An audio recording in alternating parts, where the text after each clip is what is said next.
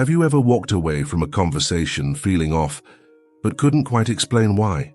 Or smiled through someone's joke at your expense, pretending it didn't sting, even though it did? Or maybe you've sensed a friend secretly rooting for your failure while pretending to support you. The truth is, most people won't tell you directly that they dislike you. They'll hide it behind politeness, behind sarcasm, behind carefully worded jokes or compliments that cut deeper than they should. And if you're not paying attention, you might mistake these red flags for friendship. But here's the thing. Once you see the signs clearly, you can stop giving energy to people who don't truly value you. You'll learn to trust your instincts, protect your peace, and surround yourself with people who genuinely want the best for you. In this video, we're diving into 9 subtle signs someone secretly dislikes you, and what to do when you recognize them. Some of these might sting, but clarity is better than confusion. Let's cut through the noise, trust what we feel, and stop mistaking passive aggression for kindness. Let's begin with the first, and perhaps most common, sign. They're always joking about your flaws.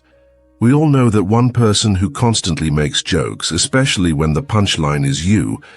They'll say it's all in good fun. They'll smile and insist, "I'm just messing with you."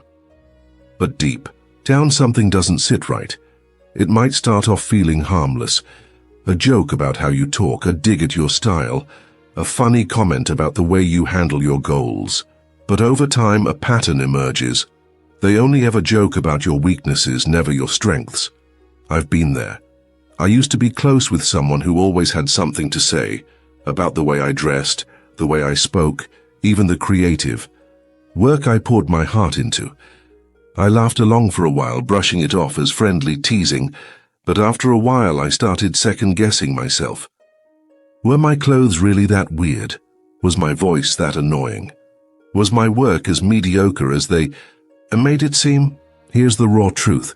People who consistently joke about your flaws aren't just being funny. They're testing you. They're trying to see how much disrespect you'll tolerate, how quietly you'll shrink while they chip away at your confidence. It's manipulation dressed up as humor, a way to assert dominance while keeping their hands clean. And the most twisted part? They get away with it because if you call them out, you're suddenly too sensitive or can't take a joke. But let's flip the script. There's nothing wrong with having boundaries. There's nothing wrong with standing up and saying, "That wasn't funny." In fact, it's one of the most powerful things you can do. True friends don't need to put you down to lift themselves up. They see your flaws, but they don't exploit them. They celebrate your growth, your strengths, and your quirks. When we let these jokes slide to keep the peace, we end up slowly chipping away at our own sense of worth. I know because I did it.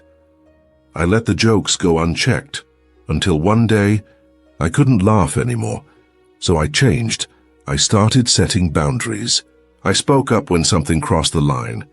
I stopped letting people's jokes define me. And guess what? Some people fell away. But the ones who stayed, they respected me more. And I respected myself more. So the next time someone laughs, while pointing out your flaws, pause, ask yourself, is this funny? Or is it disguised disrespect?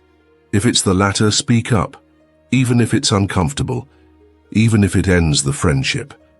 Because your self-respect is more important than someone else's cheap laugh.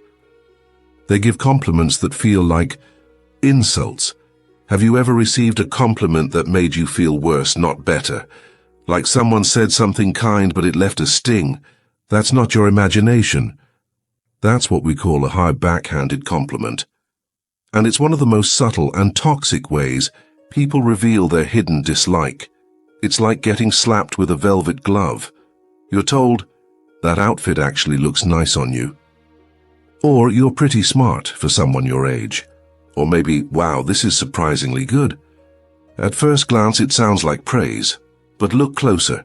The hidden message is, "I didn't expect much from you." Let me share a story. I once spent weeks working on a major project. I poured time, energy, and creativity into every detail. When I finally shared it with a group of colleagues, I felt proud, until one of them looked at me and said, "Wow, this is actually really good for someone like you." The room got quiet. I forced a smile, but inside I was stunned. Someone like me. It hit me like a ton of bricks. On the surface, it was praise, but beneath it was a dig. A message that I didn't normally deliver good work, that I'd somehow risen above their low expectations. And that's the thing about these disguised insults. They're strategic. They allow the speaker to tear you down while maintaining the illusion of kindness. They make you question yourself while giving them a shield of, "I was just being nice." But intelligent people know better. A real compliment lifts. It celebrates your effort, your growth, your results. It doesn't undermine, it doesn't belittle, and it certainly doesn't come with a subtle jab. So how do you spot the difference? Simple. Ask yourself, do I feel seen and respected, or judged and measured? If you walk away from a compliment feeling worse, trust that feeling. That person may be smiling, but their words are drawing blood. You deserve genuine support. People who want to see you thrive won't lace their praise with poison. So here's your rule. If it stings, it's not a compliment. It's a warning. And the sooner you see it, the sooner you can decide who deserves access to your energy. Because this is just the beginning. The signs that someone secretly dislikes you often live in plain sight, wrapped in sarcasm, cloaked in politeness, or hidden in a smile. And once you see them, you can't unsee them. But that's not a bad thing. It's clarity. It's freedom. Let's keep going. In the next section, we'll look at another sign that may seem minor, but reveals everything you need to know. Let's move forward. In the last section, we talked about the sting of backhanded compliments, those sugar-coated jabs disguised as praise. Once you begin recognizing them for what they truly are, a reflection of someone else's insecurity, you stop giving them power. Now we move into another behavior that's just as subtle but equally damaging: exclusion. But first, let's wrap up the deeper truth about veiled compliments. Let's be honest, those compliments that come with a hidden agenda are never really about you. They're about control. They're a way for someone to assert dominance, while pretending to lift you up. When someone says, "You're smarter than you look," or "Wow, this is good," considering how new you are, they aren't cheering you on. They're reminding you where they think you belong. It's a power move, one that keeps you doubting your strengths while they subtly elevate themselves. And here's the brutal twist. We've all done it at some point. Maybe it wasn't intentional. Maybe it slipped out during a moment of jealousy or insecurity. But it happened. Because when we feel threatened, our instinct is to maintain control, even if that means holding someone else back. But here's where it changes. You don't have to accept that disguised hostility. You don't have to internalize it. You don't have to nod politely and swallow the insult. You can call it out. I've learned that backhanded compliments lose their sting the moment you shine a light on them. When someone says something like, "This is actually impressive and for you," I respond with a calm, curious question. "Thanks. What do you mean by that?" It catches them off guard, because now they're forced to confront what they just said, and you've taken back control of the moment. This subtle shift in energy is powerful. It tells them, "I see through the act, and I won't play along." And more often than not, they backpedal. They suddenly realize you're not someone who's easily manipulated, and they either change how they speak to you or they distance themselves. Either way, you win. Because the truth is this: your self-worth isn't up for debate. Compliments should inspire confidence, not confusion. They should make you feel seen, not small. If someone's words consistently leave you second-guessing yourself, it's not a compliment. It's a red flag. And life's too short to surround yourself with people who can't cheer you on without attaching a leash. Now let's talk about another subtle but deeply revealing sign. They exclude you from plans. It's not always obvious. It's not always loud, but it stings. You're scrolling through your phone and there it is, a post, a story, a group photo from a party, dinner or trip, and you weren't invited. No heads up, no message, nothing. When you finally bring it up, the excuses come flying. Oh, it was a last-minute thing. We thought you were busy. We figured you wouldn't be interested. Sounds innocent, right? But you know better. Because if they really wanted you there, they would have made sure you knew I've been there. One weekend, I saw a few close friends post about an event I'd mentioned weeks earlier. I'd told them how much I wanted to go. I even cleared my schedule. But somehow, no one remembered to invite me. When I casually brought it up later, I was met with uncomfortable laughter and vague apologies. But deep down I understood this wasn't forgetfulness. This was avoidance. And that's where it gets real. This type of exclusion isn't always an accident. Sometimes it's strategic. It's a quiet way to tell you that you're not part of the inner circle anymore, without actually having the courage to say it. It's passive-aggressive, it's hurtful, and it's far more common than most people are willing to admit. Because it's easier to pretend it didn't happen. It's easier to believe the excuses than confront the reality that someone, or a group, might be intentionally pushing you out. But here's the danger. If you keep accepting those excuses, you're giving them permission to keep doing it. You're allowing them to define your place in their lives instead of asserting your own worth. I learned this the hard way. For a while I stayed quiet.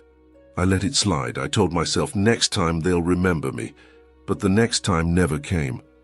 Until one day I had enough. I decided to break the silence. The next time I saw photos from an event I wasn't invited to, I didn't ignore it. I asked directly but calmly, "Hey, I saw the pictures from the weekend. I didn't hear about that. What happened?"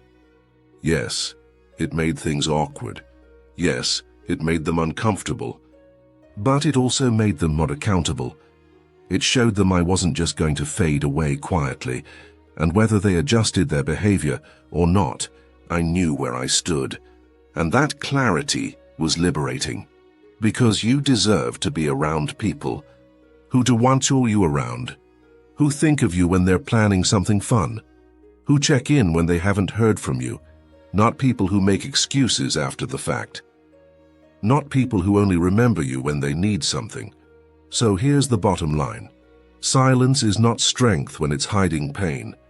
Speak up, call it out, and if the behavior continues, walk away.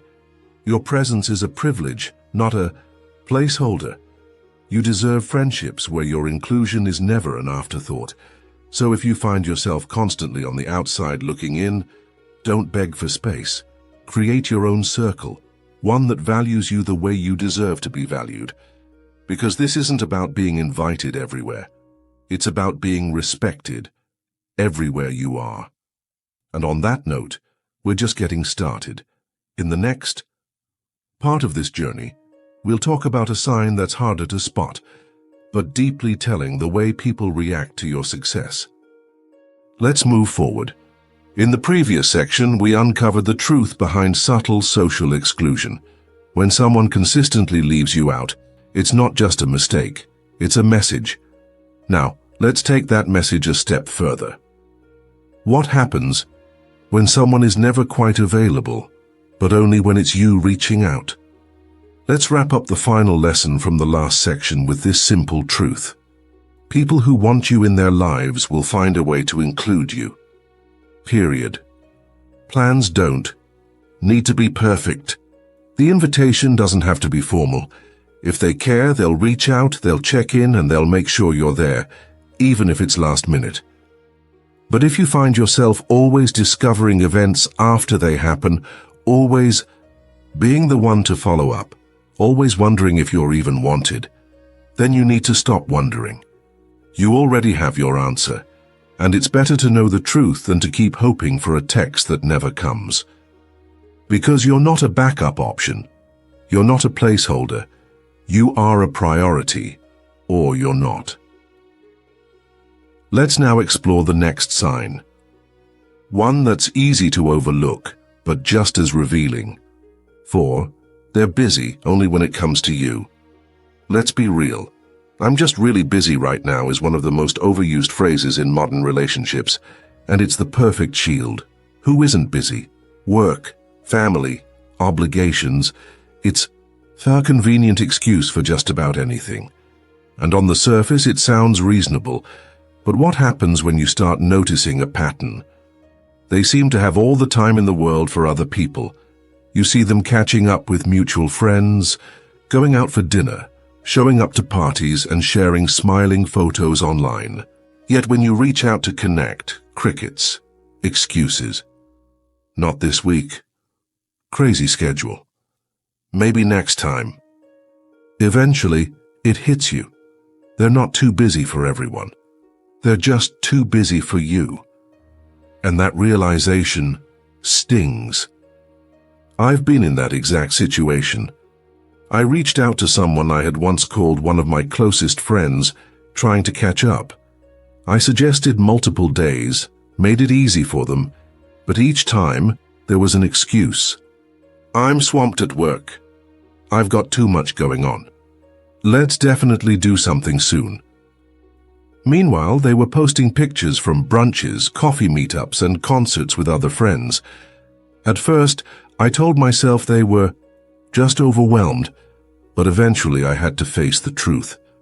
They were choosing to show up for others, just not for me. And that's when it hit me. Busy isn't the issue. Priorities are. We've been conditioned to accept "I'm busy" as a polite brush-off. And sure, sometimes it's genuine. Life happens. But if someone is always too busy when it's you calling and always available for others, that's not about time management.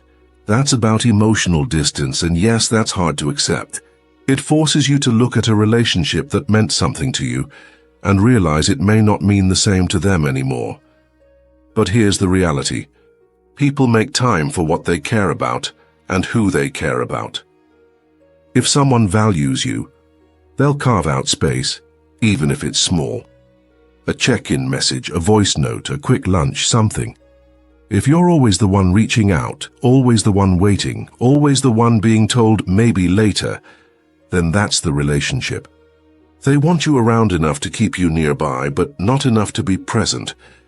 And the harsh truth is, sometimes that's easier for them than being honest.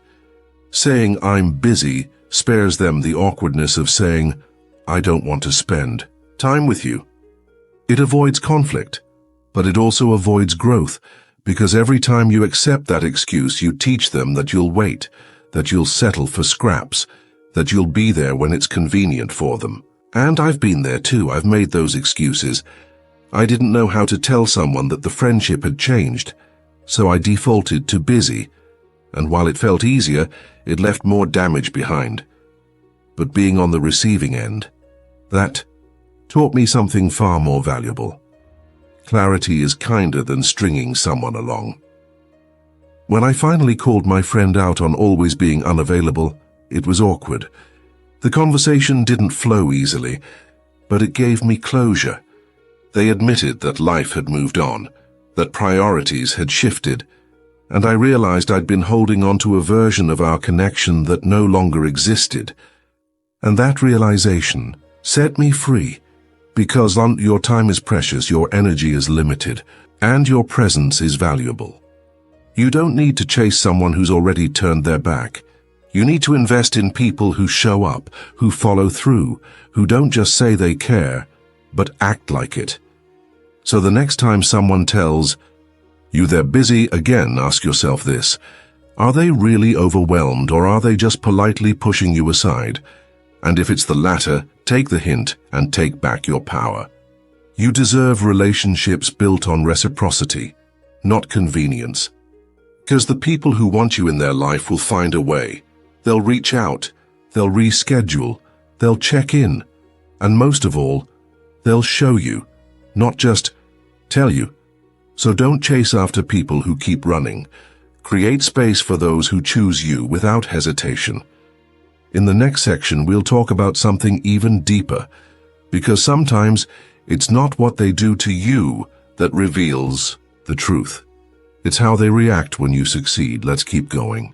In our last section, we pulled back the curtain on the excuse that hides behind the phrase, "I'm just busy." We saw how availability isn't about schedules, it's about priorities. When someone is always busy, but only when it comes to you, the message is loud and clear. Now let's continue with more behaviors that show how deeply someone's actions can reveal their true feelings. Let's circle back to something that often gets overlooked, the power of confronting exclusion. After I spoke up, after I finally asked why I was left out, everything shifted. Some people got defensive, others scrambled to explain, a few made genuine efforts to make things right. But no matter the reaction, one thing became crystal clear. I was no longer going to be passively excluded. I wasn't going to let people push me to the sidelines and expect silence in return. That conversation changed the dynamics, and it changed me. Here's the real takeaway. If someone wants you in their life, they will find a way to include you. Even if it's last minute, even if plans are hectic, even if they have to go out of their way. If they don't, then you've got to ask yourself, why am I chasing this? Because you deserve to be around people who don't make you feel like you have to earn their attention. True friends don't forget to invite you. They make sure you're there, not because you begged, not because you reminded them, but because they genuinely want you around. So the next time you find yourself excluded, again, don't brush it off. Ask the hard questions, even if it makes things uncomfortable, even if it shakes the friendship. Because clarity is better than confusion. And you're not a backup plan. You're not an afterthought. You are a priority. And the people who deserve your energy will treat you like one. Now let's revisit another sign that often masquerades as busyness, but reveals much more. 4. They're always busy, but only when it's you. We've all heard it. I'm swamped this week. Let's catch up soon. I'm just too busy right now. It's the ultimate escape clause. And yes, people get busy. Life is chaotic. But here's the key. Consistent busyness is rarely about time, it's about priority. If someone is constantly available for others but never available for you, then they're not too busy. They've just put you lower on the list. I've lived through this. I had a friend I used to be incredibly close with. We'd talk almost every day. But one day that changed. And slowly, I noticed a pattern. Every time I reached out to catch up, I was met with an excuse. Late night at work, back-to-back meetings, crazy week, maybe next time. At first I believed them until I saw pictures, photos of them out with other people, smiling, laughing, present. Clearly they weren't too busy, just too busy for me. That realization hit hard, but it also opened my eyes. Here's the controversial truth. We've been conditioned to accept "I'm busy" as a polite rejection. But in most cases, it's not about capacity, it's about intent. If someone wants you in their life, they will make time. It might not be perfect, it might not be immediate, but effort will be made. If they don't, then you need to stop making excuses for them. Because here's what happens if you don't. You'll keep waiting. You'll keep hoping. You'll keep investing your energy into a one-sided relationship until one day you're drained and wondering what went wrong. I've been on both sides. Yes, I've been the one ignored, but I've also been the one who used busy to quietly let go of a connection I didn't have the courage to address. And both sides taught me the same lesson. Honesty is always better than avoidance.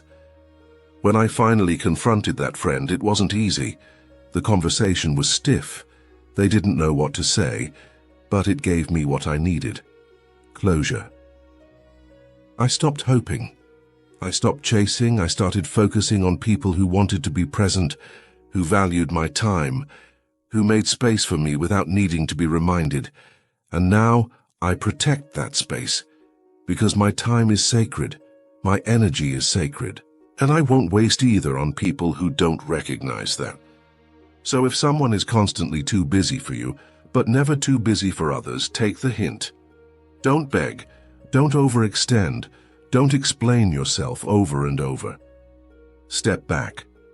Watch how quickly their schedule clears when they realize you're no longer waiting. Because that's the irony. Once you stop chasing, you finally see who's willing to walk beside you. Your presence should never feel like a burden. It should be welcomed, appreciated, and respected. The people who truly care, they'll call, they'll show up, they'll make time, and they'll never make you question your worth. In the next section, we'll explore a sign that often feels personal, but reveals even more about the other person. What happens when your success doesn't bring out support, but jealousy? Let's dive into it. We ended the last section on a powerful note. Your time and presence are too valuable to waste on those who make excuses. Now let's take that awareness deeper, into the subtle signals people send through their physical behavior and presence, or lack thereof. Because sometimes silence speaks volumes, and absence that reveals everything. Fair they avoid physical contact like the plague. Let's address something people rarely talk about openly: physical contact. And no, this isn't just about romance. It's about the little gestures that define human connection.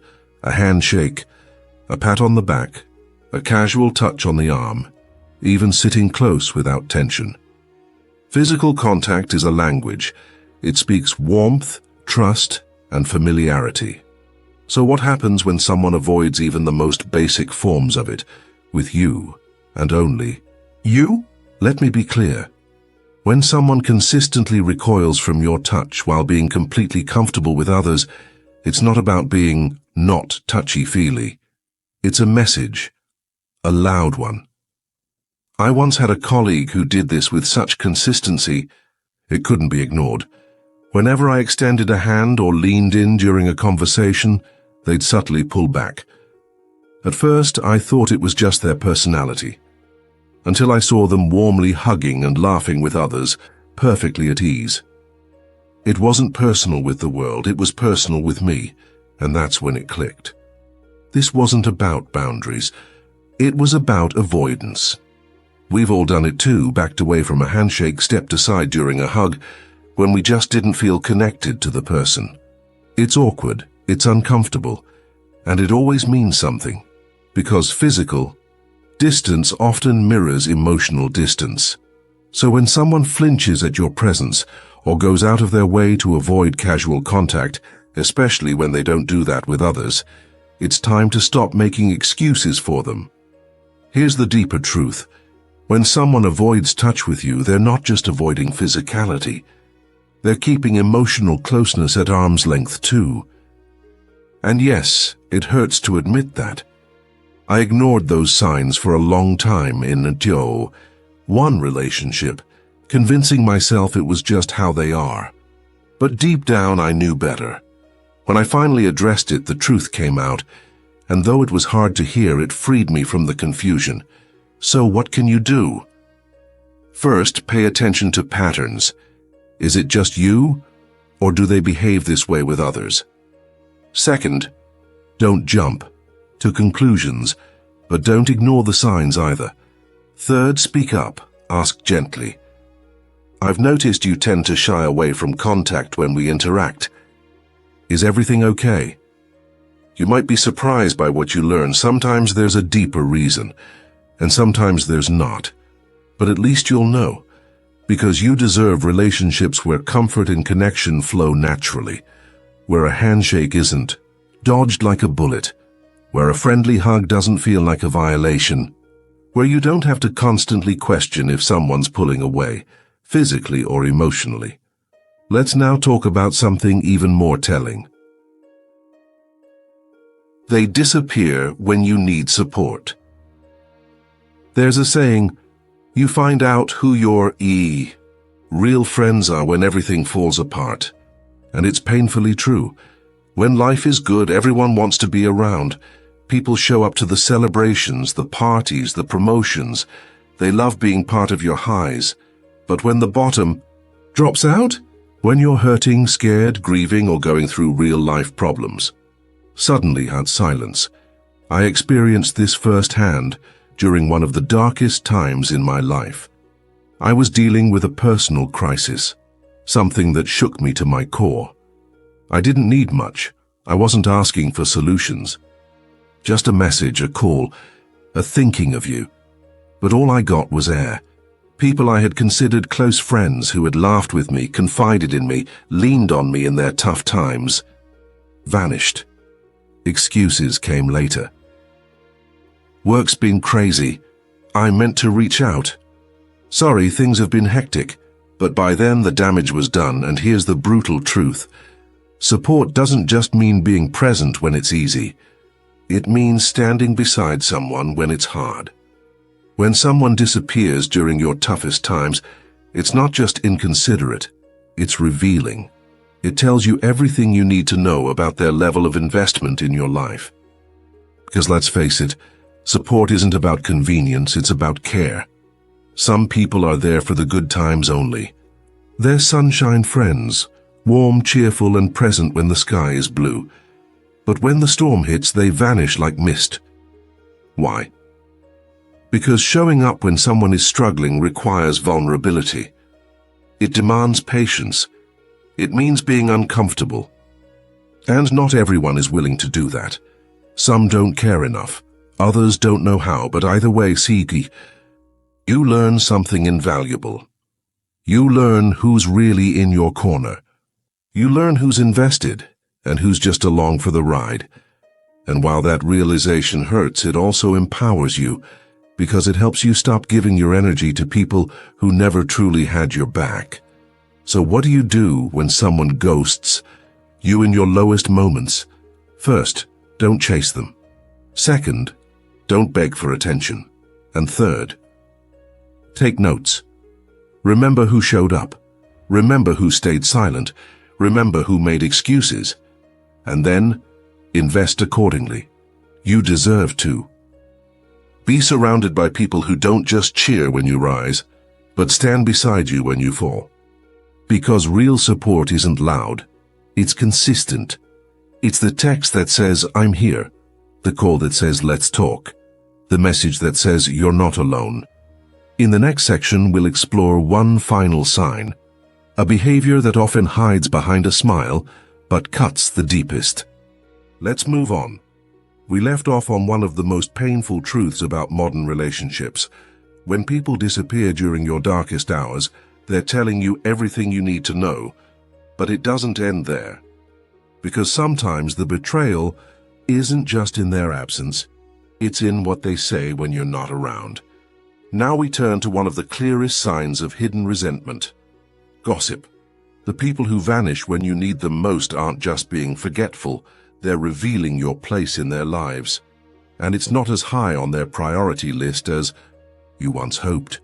When you're hurting, struggling, or simply looking for someone to lean on, and they're nowhere to be found. That silence speaks volumes. They don't have to say a word. Their absence says it all. Your problems aren't worth their time. I remember being absolutely gutted when I finally realized this.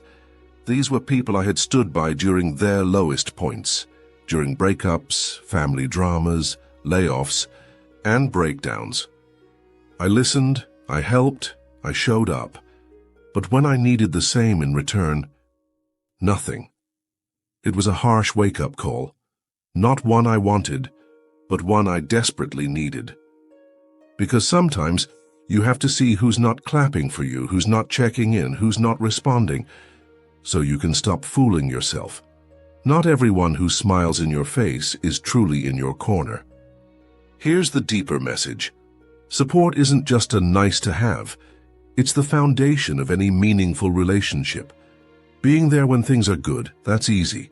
But standing by someone when it's messy, uncomfortable, and inconvenient, that's rare. And those rare people? The ones who stay through the storm? Cherish them? Nurture those relationships? They're the real deal. Let the others go. Their silence has already spoken for them. Don't let their absence make you bitter. Let it make you better. Use it as a filter. Let it clarify who belongs in your life, because life's too short to keep investing in people who only show up when it's convenient. And speaking of showing true colors. 7. They gossip about you behind your back. Let's talk about one of the most toxic signs of hidden dislike. Gossip. It spreads like wildfire, fast, messy, and nearly impossible to stop. And the worst part, it often starts with someone you trusted. Gossip is never innocent, never harmless.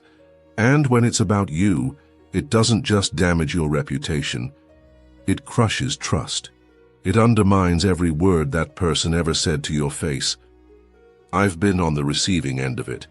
And if you've ever trusted someone, only to find out they twisted your words for entertainment, you know exactly how gut-wrenching that feels. There was a time I confided in someone I genuinely considered a friend. I was going through a tough time and needed to vent, just to get it off my chest. I trusted that the conversation would stay between us, but within days it didn't. Word got out. Not just the basics, but distorted details. Exaggerated, twisted, and shared like gossip at a dinner party. It felt like betrayal. And it was. Because gossip isn't just talk, it's an act of disloyalty. It's cowardly, it's manipulative, and it's toxic to its core. Here's the raw truth. People who gossip about you aren't just venting. They're playing a power game. They're building themselves up by tearing you down. They're not looking for support. They're looking for an audience. And if someone is spreading stories about you when you're not around, trust me, they've already disrespected the friendship beyond repair. Here's another layer to consider. People who gossip to you about others? Don't for one second think they're not doing the same thing about you. It's not a one-time thing. It's a habit, a pattern. I've seen it countless times. Someone who loves spilling the tea suddenly goes quiet when you walk in the room. Guess why? Because you're the tea. And what's worse? They'll act like it's no big deal. When I confronted the person who betrayed my trust, I expected remorse. What I got was a shrug. It was just a conversation. I didn't think it would matter. It wasn't that serious. But it was. It is. Because gossip is never harmless. It erodes the foundation of trust like acid, quietly, slowly, completely. And the damage it causes, often irreversible. So what do you do when you find out someone's talking behind your back? You stop giving them access.